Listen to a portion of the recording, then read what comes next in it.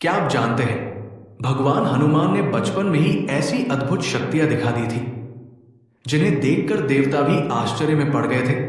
एक छोटा सा बालक, लेकिन उसके अंदर थी अपार शक्ति, साहस और भक्ति।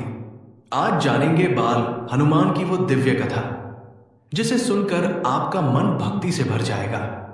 अंजनी माता और केसरी नंदन बाल हनुमान बचपन से ही बहुत तेजस्वी और अलग थे। उनके चेहरे पर दिव्य चमक थी और उनके अंदर अद्भुत ऊर्जा थी। कहा जाता है कि बाल हनुमान में जन्म से ही असाधारण शक्तियां थीं।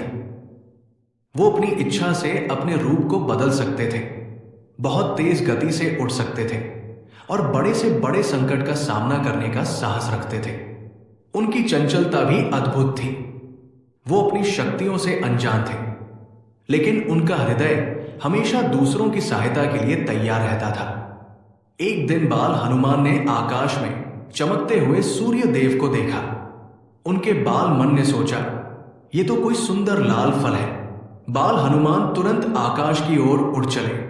उनकी गति इतनी तेज थी कि देवता भी हैरान रह गए। उनकी इस अद्भुत शक्ति को देखकर सभी समझ गए कि ये कोई साधारण बालक नहीं, बल्कि दिव्य शक्तियों से भरपूर है।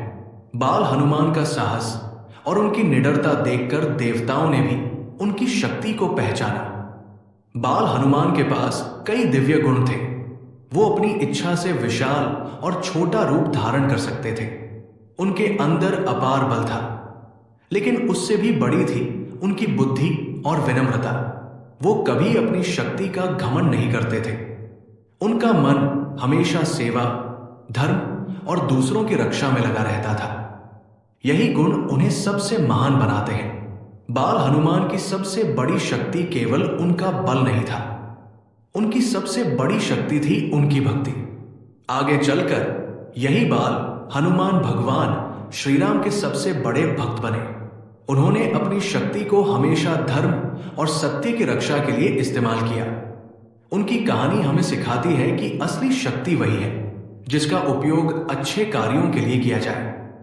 बाल हनुमान का जीवन साहस, शक्ति और भक्ति का प्रतीक है। उनकी हर कथा में एक सीख छुपी है। विश्वास हो तो असंभव भी संभव हो सकता है।